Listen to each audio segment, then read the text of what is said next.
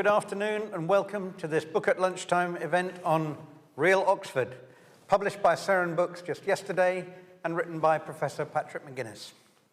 My name is Wes Williams and I'm the director here at Torch. It's a great pleasure to be here to introduce this, the final Book at Lunchtime of this academic year. As regulars will know, Book at Lunchtime is Torch's flagship event series, taking the form of fortnightly, bite-sized book discussions with a range of commentators. I'm especially pleased to say that we're coming to you live today from the Ryle Room, here in the Radcliffe Infirmary, the first public hospital in Oxford, and now the Humanities Building. We're here with Patrick, along with our other speakers, whom I'll introduce in a second. And we're all actually almost sitting around a table and have some real live sandwiches too. We hope that you're safe and well wherever you are in the world and settling down to listen to and also join in with what promises to be a delicious discussion. Don't forget you can post questions in the chat box as we go along, and I'll bring them into the final stage of today's roundtable. They'll be relayed to me on my phone, so if you see me fiddling with that, I'm not bored, I'm seeing what your questions might be. So, Real Oxford, published just this week, as I say, serves as a guide to the past and present of many interlinked Oxfords. The whole marvellous thing is held together by Patrick himself as he wanders about and also wonders at Oxford at work and at play. I think that's all I'll say about it for now, and introduce both our author and our three speakers. First off, Professor Patrick McGuinness is Professor of French and Comparative Literature at St Anne's College, Oxford. Born in Tunisia, he's a British-Belgian writer and an academic, and the author of 2 novels, a memoir, and so far 2 books of poems. His first novel, The Last 100 Days, was critically acclaimed and longlisted for the Man Booker Prize. The second novel is the intensely powerful Throw Me to the Wolves, which if you haven't read yet, you're missing an extraordinary treat. A painful one, but a treat all the same. Patrick's research interests, as various sideways glances in Real Oxford suggest, include 19th and 20th century French and Belgian literature, as well as Anglo-American modernism and modern poetry in English. Welcome, Patrick, to the discussion. Also on the panel today are Professor Joanna Innes, Dr. Jake Wadham, and Dr. Victoria McGuinness. I'll start with Joanna. Professor Innes is Professor Emeritus of Modern History and a Senior Research Fellow at Somerville College, Oxford. Her research interests include developments in British social policy during the 18th and early 19th century, and changing attitudes to and practices associated with democracy in Europe and both Americas in the same period. She's also a long-term chronicler of unexpected Oxfords, and during the pandemic, she wrote a blog about exploring Oxford, not only during the pandemic, but written a blog about exploring Oxford from the perspective of its rivers, called Life in the Floodplain. She described the process of writing that in an article in the 8th issue of the Oxford magazine, again out just this last week.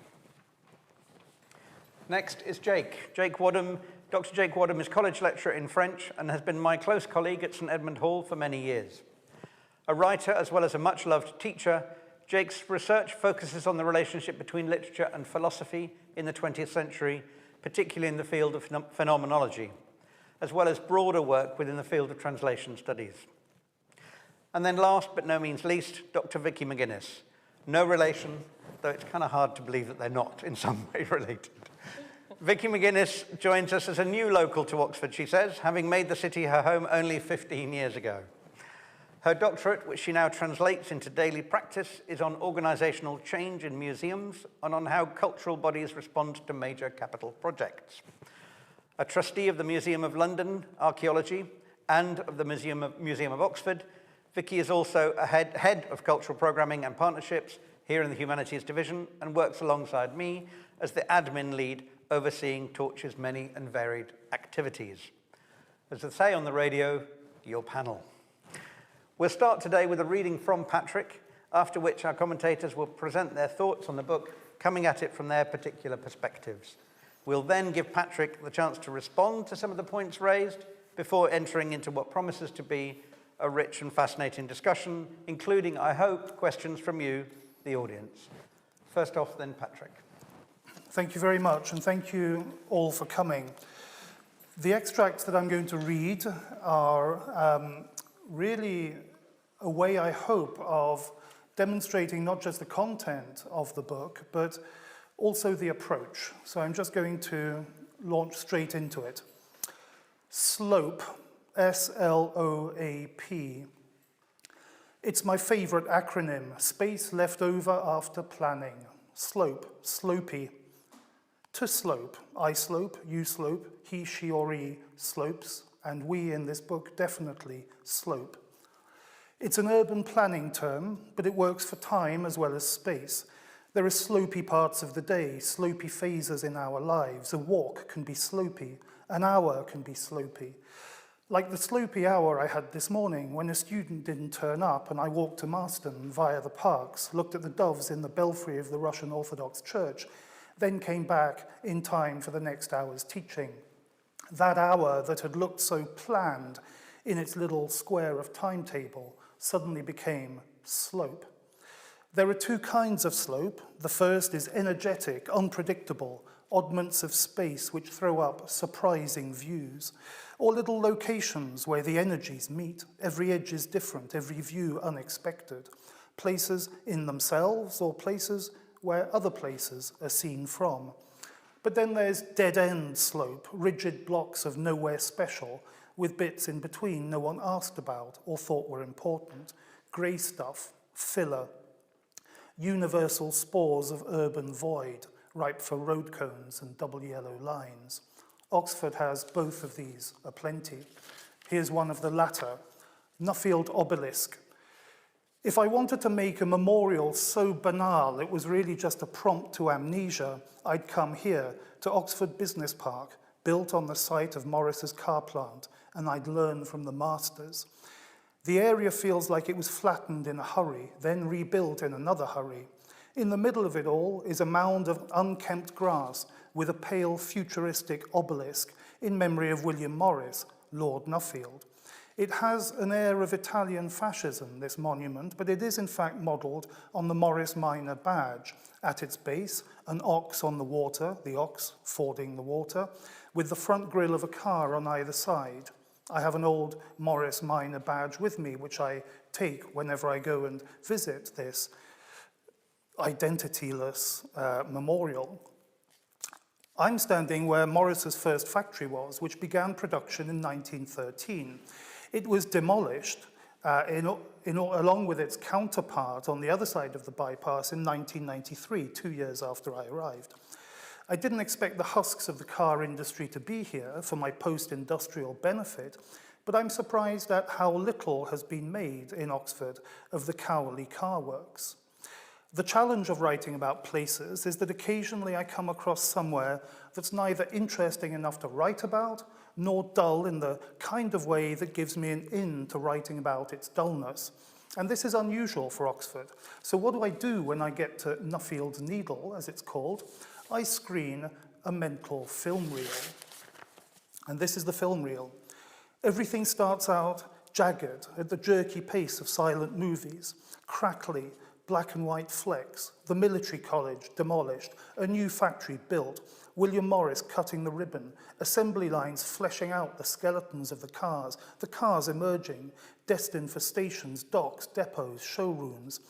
The soundtrack of industry changes as I go through the decades, the workers clocking in, clocking off, the strikes at the pressed steel factory, Abe Lazarus, the Welsh socialists who came here for work and demanded union rights. Then I have to change reel, colour film comes in, robots are replacing people. Now I can see the reds and the blues of the cars, not just the terrible Morris Marina, which we owned when I was a child, but the Princess and the Mini and the Allegro, parked in the drives of ordinary houses in suburban Britain, cruising streets across the globe of the fading British Empire. 1970s, 1980s, 1990s, the less and less, the fewer and fewer, the new strikes, the new demos, the burning braziers, the redundancies, then the silence. Next reel, the bulldozers are back again, the diggers, coming to close the circle. Welcome, incidentally, to Oxford Business Park. This section is called Charity Shop Double. This is about Summertown.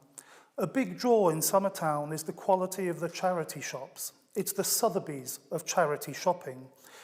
Charity shops are the pulse of an area's demographic. It's stopped pulse, maybe, but still it's pulse. In Summertown, I know I'm in a university city. Why? Because all the books are doggedly annotated, fanatically underlined for the first 20 or so pages, and then unread. I've always found clothes here that fitted me uncannily well, many of them bespoke tailored, like the ones my grandmother, Bouillon's couturière in Belgium, made for me when I was sent to school in England. I possess a wardrobe of tailored jackets, a suit, and several shirts that fit me so perfectly that I feel she's there on the other side, using the charity shop, that portal between worlds, to attire me for my adult life. I always look out for her latest confections, which reach me through the vestimentary Ouija board of Oxford charity shops. I'm wearing my favourite jacket right now, today, here, handmade for someone exactly my size, with embroidered cuffs, a silk lining. It fits me perfectly, while having obviously been designed for somebody else. And that strikes me as how I feel about my life in Oxford. This is about the plan for Christchurch Mall. One of the lesser-known Oxford planners was the architect Lawrence Dale. He was a poet in planning. His beautifully written 1944 book, Towards a Plan for Oxford City, is less a planning proposal than a manifesto for a kind of local utopianism. He includes watercolours of his future Oxford, as well as these rather strange, occult-looking diagrams of traffic flow and the relationship between the gown and the town. One diagram illustrates the different understandings of beauty and truth, art and virtue, and shows how their energies converge on Oxford. He's trying to bridge the mind-body gulf, but with buildings, with roads, with streets. It's an amazing and exhilarating book, and it's out of print. Dale's plan includes suburbs dedicated to light industry, academic precincts, a sports stadium, a soccer ground. There's a new school of design that he wants for St. Clement's, and he thinks that St. Clement's is going to be the join between intellectual labour and manual labour. Dale's vision is about sharing the otherwise segregated spaces that Oxford keeps and kept creating. His vision strikes me as Ruskinian, and Ruskin was very important to me when I was writing this book. But for some reason, Dale doesn't like Ruskin. And there are other things about him, like he follows Oxford planners in talking about places like St. Ebbs and St. Thomas's as slums. He calls St. Ebbs, which was eventually pulled down and has a strong presence in my book, a stagnant backwater, a terra incognita. But the centrepiece of Dale's plan is Christchurch Mall. He imagines a bending road behind Christchurch Meadow, joining East Oxford to St. Ebbs. And what he's trying to do is reconnect what he calls the severed city. His language uses verbs of sundering and unification. His plan will reconnect people and places in Oxford. He says the city is riven, split, severed, broken at the level of planning as well as social and intellectual life. His book is a tour de force of whatever genre you would use to describe it, and I've read it several times and I still don't know what that genre would be. But I stand there and I look at St. Aldate's and I think about St. Ebbs and I look at Christchurch Meadow and I remember Dale, and then suddenly it all disappears because his visions exist nowhere but his strange little book, long out of print, his bright little watercolours, his strange poetic polemical prose. His book came out in 1944 from Faber and Faber. T.S. Eliot was the editor of the poetry list at Faber at the time, and this extract from Lawrence Dale will give you a sense of how he writes. It wouldn't be out of place on a poetry list. One section of his book about Oxford is simply called Towards, and this is it. Not forwards nor backwards, not downwards nor upwards, not inwards nor outwards, but like a flower opening in the sun towards self-realization. I want to say, stick that in your local development plan and take it to the council subcommittee. The Lido, the Lake, and the Devil's Backbone. It sounds like a title C.S. Lewis thought up but decided against. I'm crossing the Devil's Backbone, the raised path connecting South Hinksey to Abingdon Road. It's one of my favourite Oxford places. I can see why the bridge might look like the spiky, arched spine of some huge creature. I don't personally get the devil reference. To me, it looks like the skeleton of a long, peaceful dinosaur that expired and left its bones to the community as a contribution to local infrastructure. It's the ancestor of the pylons, a cousin of the vaulted ceilings of the railway stations. It has, of course, been photographed in all weathers and none. On a cold, bright day, with the water reflecting the sky beneath it, it has the industrial sublime feel the romantic painters loved. In the snow, it looks like a Christmas card view, an image of stillness and quiet, despite the hundreds of trains passing nearby. In the autumn, with the trees stripped bare and the water still, it looks spooky and sad, something out of Don't Look Now. On grey, misty days, it looks like it's been finger-sketched in window breath and dissolving as you watch. On many days, of course, it just looks normal, a footbridge you cross because you're trying to get somewhere. And some days that's all you want to do, get from A to B and not loiter palely trying to describe it. The book closes with an image of the old Oxford gasworks. So this is the last bit I'll read, Gas and Geist. I began this book with steam at the station, and I'll finish it with gas. My penchant is always for the industrial or the post-industrial. I can't help it, but I idealize it too. And I end this book on the other side of the river from where I started, a bridge away from Oxford Station. In the old days, which are not so old, this would have been leaky, polluted, dirty water. These idealized canals of mine would have been toxic, full of industrial slurry, the towpaths dirty, shit-strewn, smoggy. And it's amazing to remember that the gasworks were 10 minutes from Christchurch and St. Aldate's. They weren't despised by everyone, and they went on until the 60s. Oxford was a place where things were made, melted, smelted, burned, hammered. Machines came here and changed the landscape. They swallowed populations. They made new populations. Work was drawn here like iron filings to a magnet. Industrial history happened here, and its signs are everywhere. Yes, people read books, people got degrees, but the other Oxford, was always here. W.H. Auden loved it down here by the river, around the Oxford Gas, Light and Coke Company, as it was called, which sounds like a very bad night out. I've trudged along here with the wrong shoes. I've seen the rats, I've kayaked, and I've walked, and I've swum. Rex Warner, one of Auden's contemporaries, remembers being taken by Auden on expeditions up foul-smelling tunnels in a canoe. It's right here. Some critics claim that Auden's reason for bringing his friends here to the gasworks was to illustrate Eliot's wasteland. I disagree. Nothing I've read in Auden suggests that he thought of the industrial world in that apocalyptic way or saw it as a cultural threat. On the contrary, I think the place I'm now in was, still is, always will be, a very Auden-esque image of connections, routes, paths, waterways, between the parts of our lives and cultures that are presented to us as separate. Auden understood that Oxford University likes to think of itself and its people as separate, splendidly aloof, especially from the city it grows out of. Stand on this bankside towpath with the old gasworks bridge, and you will see, as Auden did, that it all connects. Thank you. I'm just going to say a few words in summary of the book and mention a small number of its places, people, and interests.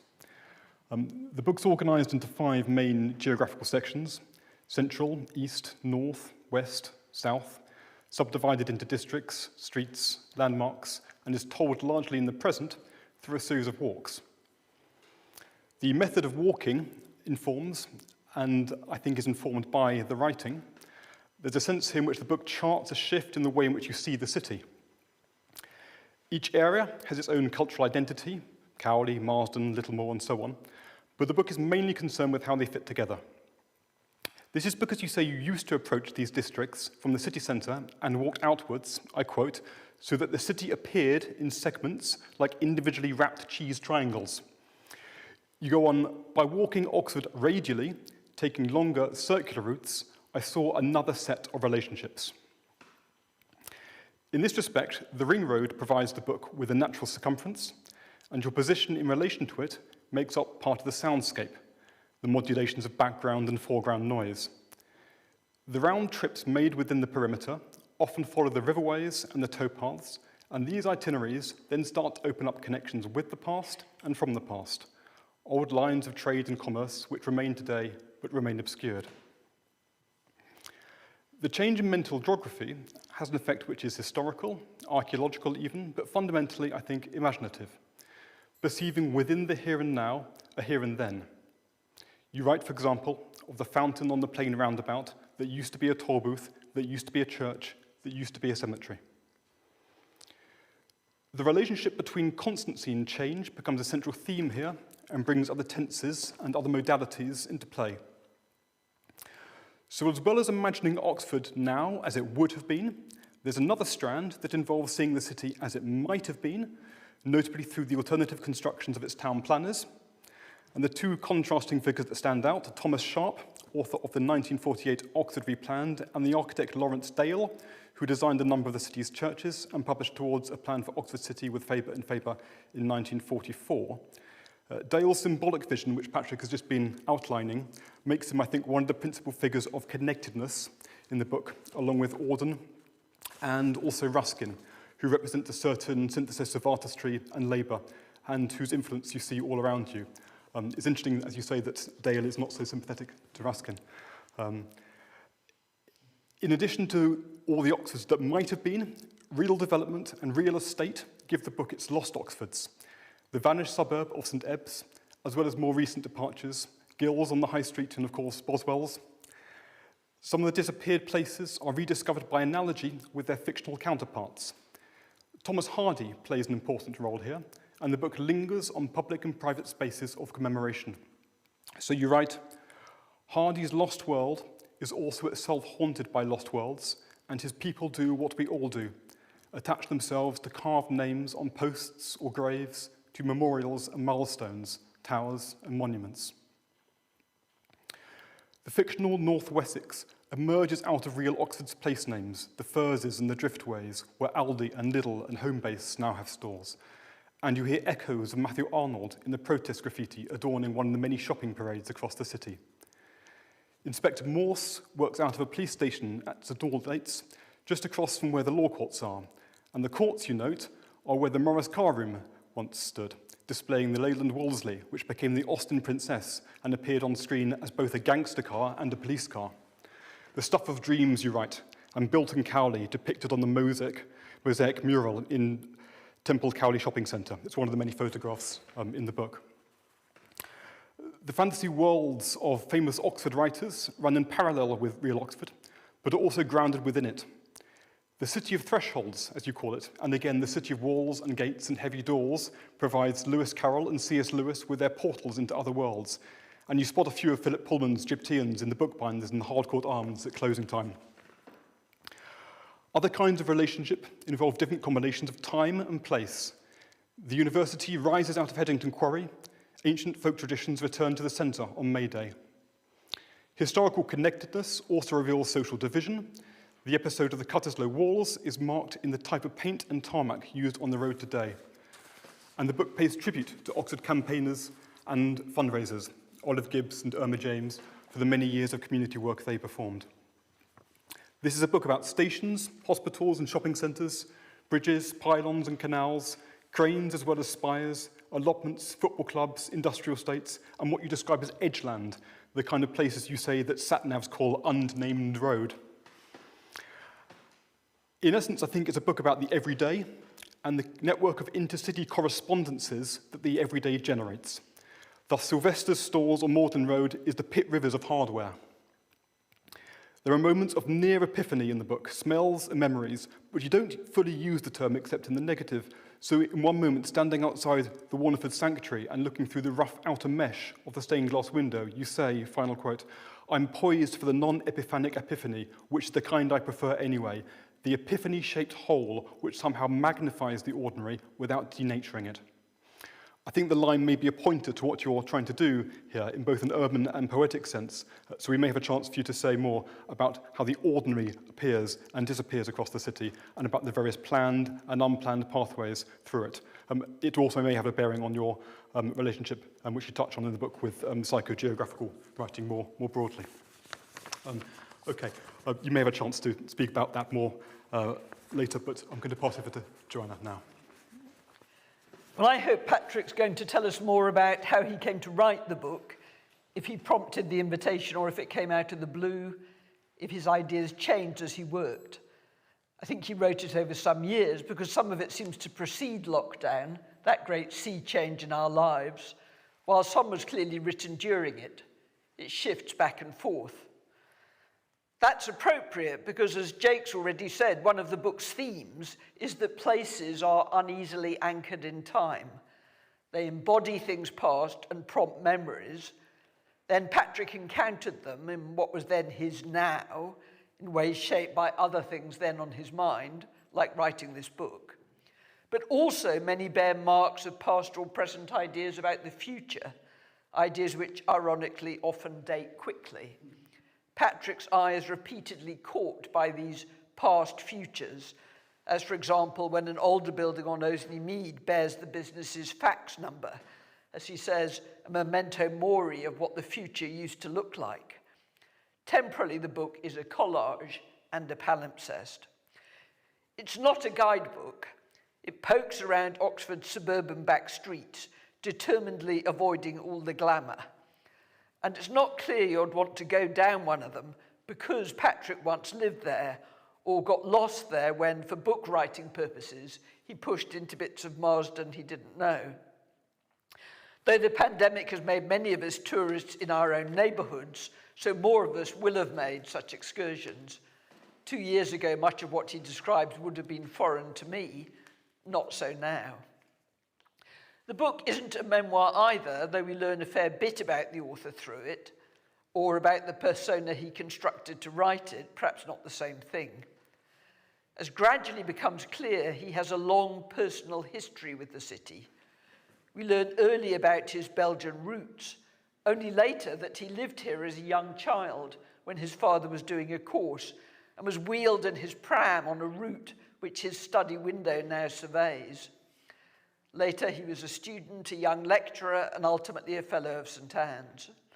Over the years, he's lived in rented rooms or houses all over, got to know various locals, drunk in many pubs, presumably shopped in many shops, though in the book, his shopping is desultory and whimsical. He asks for fresh German sausages, advertised on an inherited awning in a Lundis, and buys 2 bottles of not the cheapest champagne and a dressing gown in an Aldi. He likes ironmongers. He travels by bus and gets to know bus drivers. He also kayaks and gets swept away by a flood tide on one kayak-based shopping expedition. He invested enough in the place to stand as a city councillor, his campaign run for him by a man who learned enough from Patrick's failure to go on to help New Labour to victory. Not a guidebook, not a memoir, but something in between.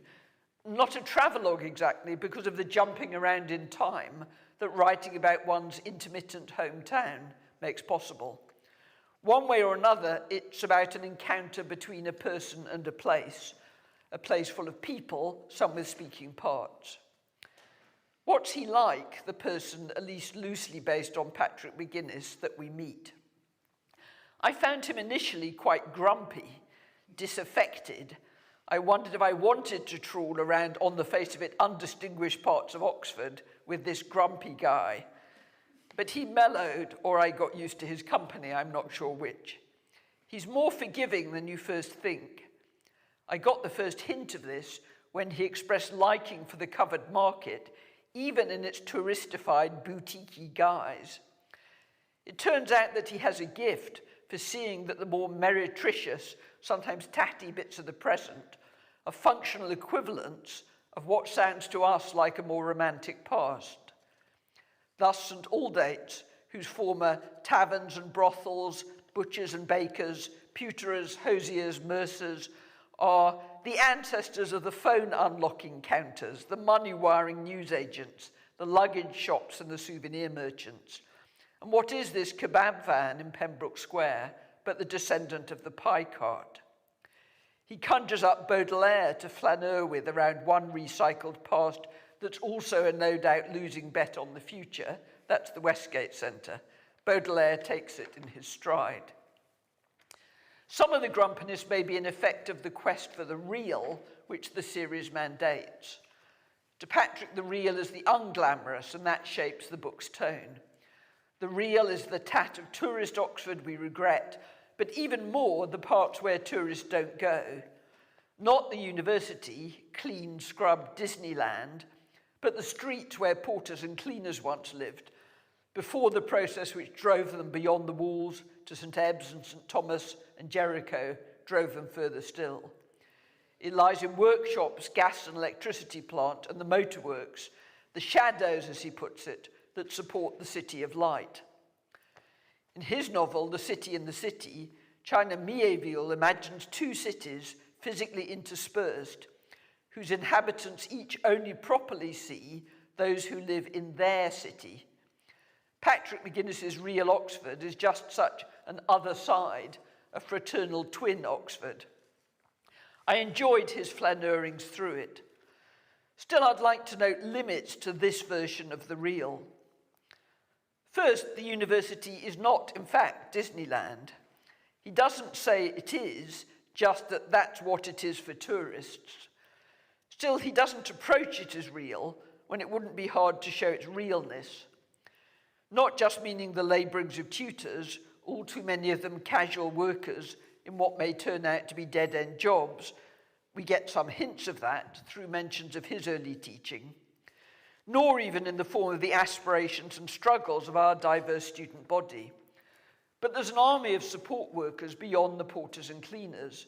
The university, not the motor industry, is now the city's biggest employer, and the jobs it provides are diverse. An army of people work to keep the science area and the science park functioning. In the late 20th century, the industrial sector shrank, and the service sector and various sectors of government, broadly construed, including health and care work, grew. That is current reality, but a shadowy presence in this book. Once, stumbling upon the Warnford Meadow alongside the Churchill Hospital, Patrick does note the existence of a medical Oxford that I barely know. Later in the book, he walks through the foothills of the John Radcliffe. Like all Britain's hospital zones, it's multicultural, multiracial, and multilingual. Despite that, it's a pretty unpromising street. Perhaps these people would loom larger if more could afford to live in the city. Commuter Oxford, that's another facet of Oxford reality now. In these regards, the book feels nostalgic. Much of its real Oxford is an Oxford lost, not its twin cities here and now. I also think there aren't enough non-white and non-British, or not originally British, people in this reality. Patrick has personal connections with some Windrush Caribbeans, but otherwise, otherness figures chiefly in cuisine, or as in Miéville's city, others are walked past. They're in a cemetery. We don't hear about their lives as lived. We get inside churches, but not mosques. The notice by the towpath in Grand Pont warning against illegal fishing is translated into Polish, Romanian, Lithuanian, Slovakian, and Bulgarian. That's my observation, not his. We don't meet any unruly East European anglers in these pages. Still, there's plenty to enjoy in the distempered, sometimes slightly phantasmagorical Oxford reality of this book. And I'd like to close by reading perhaps my favourite passage. It comes when Patrick, on a visit to the Kassam Stadium, before it had been hijacked for jabbing, is wondering why there's a police presence when COVID regulations have so thinned attendance at the Oxford versus Swindon game. He writes, "Oh, I see, in the parking lot, fans stand on wooden pallets attached to their car roofs, cheering teams they can barely see, singing songs and goading opponents.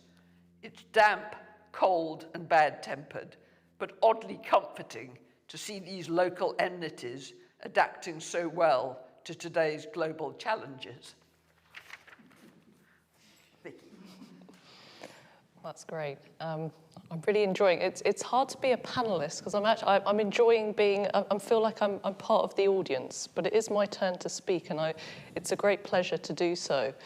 I will freely admit I've been waiting for this book for some time because I'd noted, be it in news articles several years ago, but also your own tweets, Patrick, that you've been alluding to your journey, and that's what I'd like to start talking about, is your journey to come to the point at which you could write this book.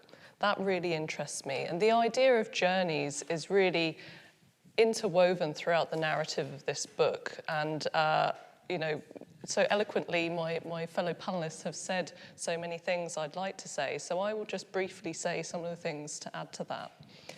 The idea of journeys and also ownership, because the statement of Real Oxford is a really strong one. And I know it's mandated, as Joanna says, by the series, but in itself, the idea of Real Oxford means something personal to so many. And Oxford, as a city, as a place, as a university, is hugely diverse in its structures, even in its landscape. I mean, for a massive floodplain, it looks very different in the different parts. And that's what I really enjoyed about the book. Understanding your journey, what must have been, I'm assuming, and I'm looking forward to you speaking about it, from what I can see, at least a decade of gathering ideas to come to the point at which you could write this. And also, like my fellow panelists, I'd love to hear about what was the actual point where you went, okay, I'm going to be able to write this book. And following on from that idea of journeys, having that cumulative time to gather people's stories, walking around, facts from things that have come from the industrial past and other historical elements, how does it feel to then put it in black and white? Because you can't edit that, right? We have a published book. Wes has a copy in his hand. It's available to order online, little plug there. But it's a really interesting point as someone who's taken a very long journey to then say, here's the hard line at which I will put it onto page. It's interesting to me to then see that as part of the ongoing addition to the idea of what is Oxford. And also speaking to that point again of ownership. There are so many voices in this book, and I loved reading through it and thinking, I know them, I've seen them, I've been to that shop. And I just can't resist thinking, and then here's my bit to add to the story.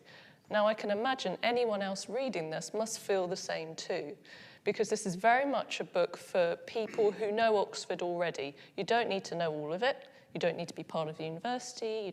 But if you've been to Oxford, you immediately think, here's my response to this. And building on that idea of journeys, I was thinking about the journey of reading. Now, I bounce around a lot. I'm very sort of, I bounce from one thing to another. That's my nature. What I really, really enjoyed about this book was being able to pick it up and go, I'm going to read the bits I know first. So I jumped around the book. Where had I lived before? Where had I walked before? A lot of my lockdown journeys, as you say, I was looking them up. And then I went back to the other bits and made my own map of the threads between. So it was quite interesting reading it, not in a typical linear way, but a jumping around way and making my own storybook almost, and making my own Real Oxford from that. I thought also about the groups that are so important to Oxford and have been so fundamental to Oxford on lockdown. Oxford is a place of contrasts, and you allude to that in many aspects of the book. and we can all relate in different ways. There is, for example, the Oxford Homeless Project, which has been run and, for many years by fantastic people, and also does the regular lunches, or was before lockdown, in the Asian Community Centre. There's the Young Women's Music Project as well. So there are many groups like that who use spaces in different ways, but perhaps don't have a solid architecture that you can point to and say, that's that group there. So I thought that was quite an interesting way, because what you talk about is place and people, and that's what a city is, of course. But it's really, I'm really looking forward to this being published and seeing people's own responses, and that speaks to that point I mentioned about ownership. And I was wondering if there were ways where we could capture that, where the book is, it's a full stop, it's a tangible, hold it in your hands book. Is there an opportunity for us to then gather other people's stories? We hear about your blog and other things. Is there a notice board that we can keep continuing the conversation with those other people? There are those other long-term landscape points as well, and places of interest. For example, the Oxford Castle is 950 years old this year. Very old. It's having a birthday. It's very exciting. We're going to be doing a public event with the Oxford Preservation Trust and Continuum, who run the actual site, in November. But it's really interesting. Your reference to it in the book is as a prison. And of course, for much of its time, the Oxford Castle was a prison. Its first reference was, probably 100 years after its actual existence. So for a long time, it has been substantively a prison. But what I really enjoyed was the fact that you spoke about the people and not just the history. Now, I know my preference is always to go to the archaeology, but you almost took a specifically alternative view. This is not an alternative guidebook. It is an extra narrative around the identity of what is Oxford. And I suppose what I'd love to just finish on, if I may, is how this is of its time. It's a snapshot in time, and how we could think, are there things to carry on from it? What do we do next? And, I'd just love to hear from you now, to be honest, so I'll be quiet. So, Patrick, you've had 3 pretty strong, complex, exciting responses. Yes. I'm not going to ask you to respond to all points in turn, but you've got a few minutes if you want to just start the discussion going. There are some questions coming in online as well, but off you go. Yes, so thank you, all 3 of you, for those fascinating comments. What I should say is that a book like this is going to be a kind of sublimate of a lot of other books, of hundreds of pages of notes that I took. And there is a whole para-Real Oxford going on with stuff about the international brigades in the Spanish Civil War, about the mosque on Aston Street, which was created out of a terraced house, and so on. So a lot of these, for every page you read, there's at least another page. For every place you read about in my book, there's another place that's written about that hasn't made it into the light. I'm still toying with the idea of doing Real Oxford 2, but I'm not sure I'm going to do that. I have been thinking about doing Real Oxford University, precisely because there was no real way of talking about the university, which is a whole world in itself. And I totally agree with Joanna. It's not unreal, but I suppose my approach to writing this book was I was trudging through a city, and I have been trudging through a city for pounding the pavements for 30 years, of a place which, for a large amount of my time here, I paid almost no attention to. Why?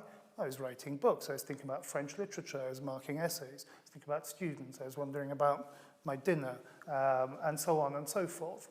And the book is fundamentally an apology, I think, to the city for not having paid attention to it over all these years of being a young, then a mid-career academic.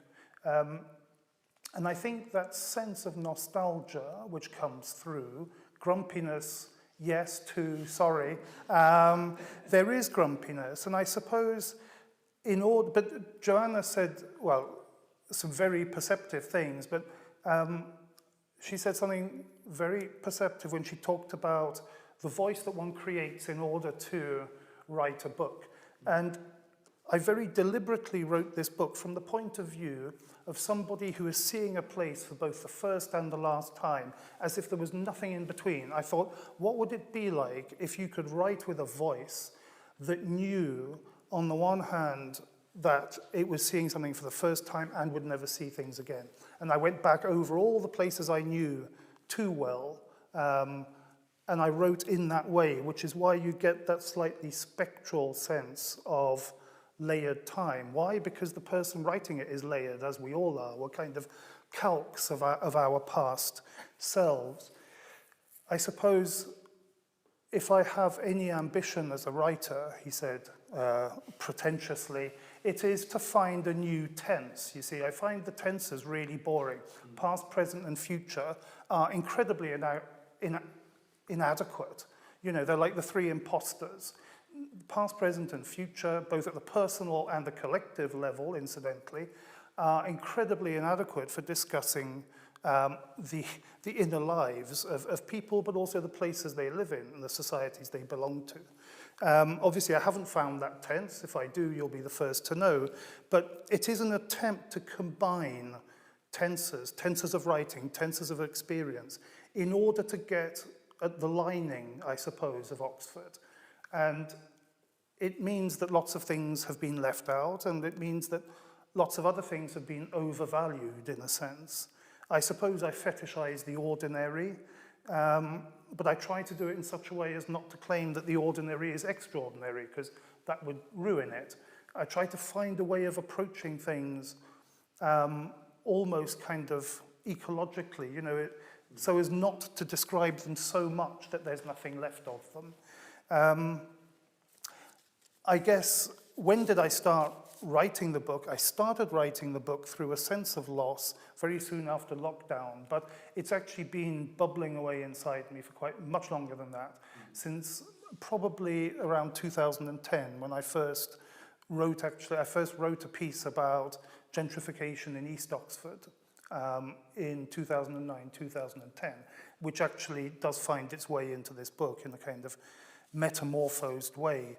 I've been hugely indebted, this is the last thing I'll say before I take some questions, to a large amount. I mean, people were incredibly lucky in Oxford, not just to have the Oxford Civic Society, the Oxford Preservation Trust, the Museum of Oxford, but these amazing blogs run not just by Joanna, the floodplain blog, but Liz Woolley, writing about industrial Oxford and South Oxford.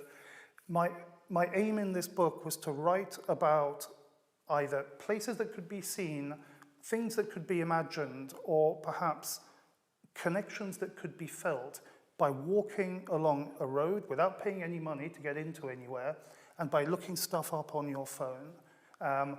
And those were, of course, constraints, but as we all have learned over the last year, you know, I'm not the first person to find that constraint is a new kind of liberation if you play it right. And I played it as right as I could, and that's why this book exists. Thank you. Actually, what you've been saying about tenses is one of the questions that came up. It connects, obviously, to some of what Jake was saying about modalities as well, the might have been, or the sort of the subjunctive Oxford, if you like. And one of the questions here is, there's been some discussion of imagined future Oxfords of the past, so moments in the past. Yep. How do you imagine Oxford's future now? Is that part of what you're doing? Yeah, well, that takes me into the kind of tense I wish I'd invented. Then I'd be able to answer that question. I suppose my feeling about Oxford and the kind of starting position was that a mixture of the two universities, not just one, but both universities, rapacious development and expansion, alongside development for housing, has kind of blanked over industrial Oxford, Oxford as a Midlands city, and so on. My ideal version of a future Oxford is one that paid a little more attention to the more recent past and less attention to the kinds of pasts that are pickled and marinated in medievalism and so on and so forth. And actually, it's the Museum of Oxford is one of the places, both a physical place, but also a kind of web presence and mental space in which those kinds of past Oxfords can come back and inform our future understanding of the city, including actually the archive that they have about Windrush, Oxford, in which Irma James, who sadly died while I was writing this book, talks about her arrival here. And there's another fantastic bit in that, which in the Windrush talks by Ermine Rogers, who reminds us of something which is to do with the recent past, how incredibly dirty Oxford was. You know, the clean buildings that we know about now, they're very modern, they're very recent. Because the Oxford of the 30s, 40s, 50s, those buildings would be dark and smoggy and encrusted. And I don't know, that helped me. It gave me a sense of the smell and the look of the place too. Joanna, you're nodding vigorously here. I'm not imagining that you remember the 30s, but you might remember a grubbier Oxford than the one we have now. Well, everywhere was grubbier, wasn't it? Yeah. I mean, that's what I always think, looking back on the world of the 50s and 60s that I grew up in. We do live in you've just called it a marinated past, but there's something about the treatment of old buildings that makes everything around us look fresher and actually unhistoric. Not the way it ever was, except in its very early years.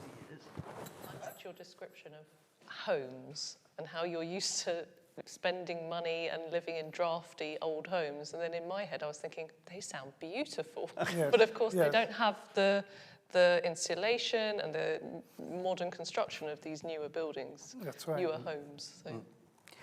I think another question picks up on the Windrush question in relation to, the question's putting together two things. One is the Windrush story, but also points out that at one stage in the book, you talk about Oxford being oriented towards Birmingham as opposed to towards London, and how that's partly a university as opposed to town, but it is also a kind of question about the suggestion here is that the Windrush generation might understand that orientation more than members of the university. In other words, thinking of Oxford as as a Midland city makes sense to other kind of ethnicities within Oxford than the white ethnicities that are in play largely in the book. Does that make sense? Yeah, that makes total sense to me, yes. And I think I've spoken to you, Wes, about how for a lot of Oxford people, Birmingham is the go-to place, whereas when I was a young lecturer, I remember arriving in my then quite posh college and saying that I quite liked going to Birmingham. And I was looked at as if I was setting off for some faraway country without the jabs. And in fact, when I moved to Cowley Road, one of my colleagues, retired, said, "Have you had the jabs?" So, you know, while of course I accept that the university is real and is full of people who are having quite real struggles over things like pay and precarity, the university that I arrived in was consumingly ignorant about really much more than itself, Cambridge and London. Whereas suddenly discovering that there was this whole other place you could go to, not just Birmingham, you know, Coventry and so on. So yes, no, I think I repositioned the Oxford in my head, so it was pointing to the Midlands and towards industry and so on. But that's because I wanted it to be my book, and it had to have my voice. And those of you who know me, which Joanna didn't until now, will realize. So you could decide whether you want to be my friend or not after this encounter, given that we're near neighbors. But this is really what I'm like and what I talk like. Take it or leave it. But I was especially impressed at how well, Joanna got really what I was trying to do, for good or ill. So thank you for that. I was quite moved to hear it, actually. Could I comment on what I thought listening to the talks? Yeah. I mean, everything that Jake said, I recognised. This was the book I read. But it's a very different account from mine, partly because it's a much more literary account. And there is a whole set of literary themes running through the book. So that the book is very plausibly read in the way that he encountered it. And I think, hearing all of us talk, it was the literary achievement of the book that came through especially clearly, I think. I mean, Oxford is the vehicle for a book that's also quite highly wrought, as you say, the product of a lot of rumination and themes that have been in your mind and that you weave together very effectively. Can I ask my own little literary question? So, as you know, I've written about travel narratives of mainly in the 16th century, and it's similar to your question, Joanna, in terms of the character that gets created in order for a book to be written. I was struck how the character who's doing most of these journeys appears to be on his own most of the time. Yes. And then every now and then there's a companion, and sometimes the companion's named, sometimes they're not named. And I just wondered if you wanted to just say a bit about that, the sort of, now that might be part of what Joanna was saying about we all become tourists in our own neighborhood during lockdown and walk around a lot more than we used to. But is that a device in order to leave room for the companion reader that Vicky was talking about? And I was very struck by that kind of, I'll take this book and make my own book out of it kind of reading. Or tell us more about the singular person. Yes, well, Vicky's right. What I'm trying to do is write as if I was with somebody who is not named, hoping that the reader would enter that position.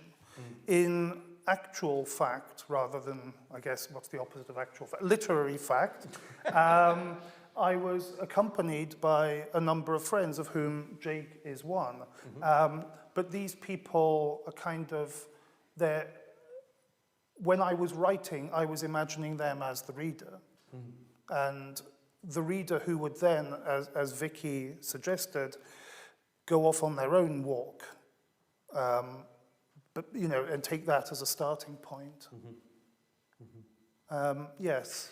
I mean, a lot of the walks were done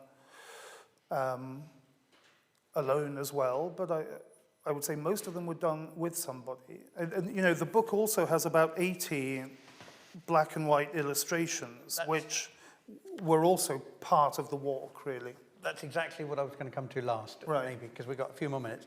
And that's, I'm going to do the terrible pun, real.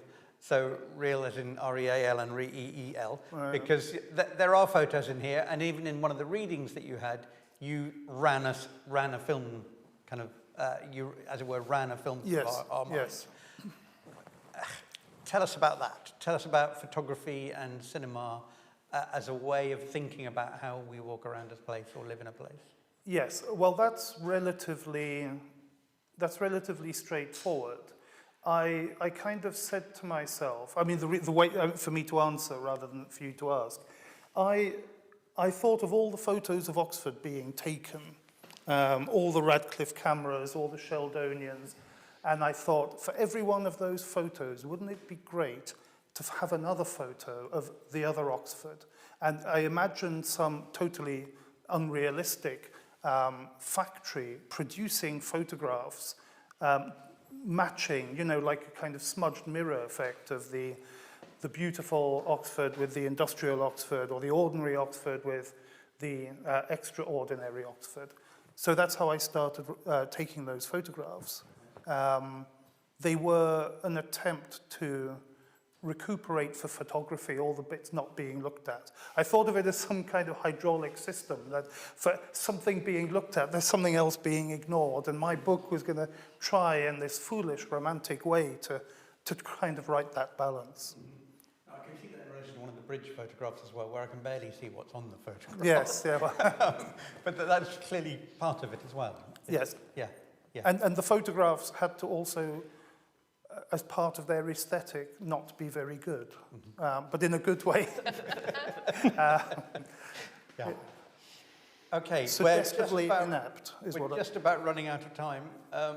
Does anybody want to, is there anything anybody needs to say before we do? Okay, in that case, before we leave our viewers and listeners, I want to we'll have a final brief reading from Patrick, but before we do, I'd like to just say 3 quick things.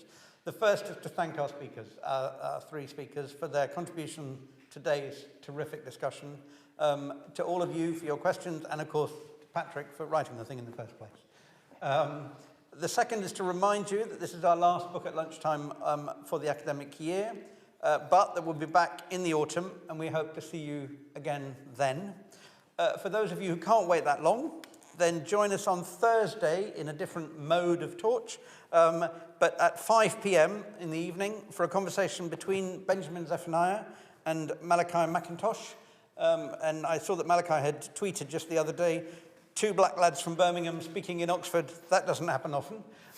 So come along and join us. We'll be coming to you live from the Story Museum on that occasion.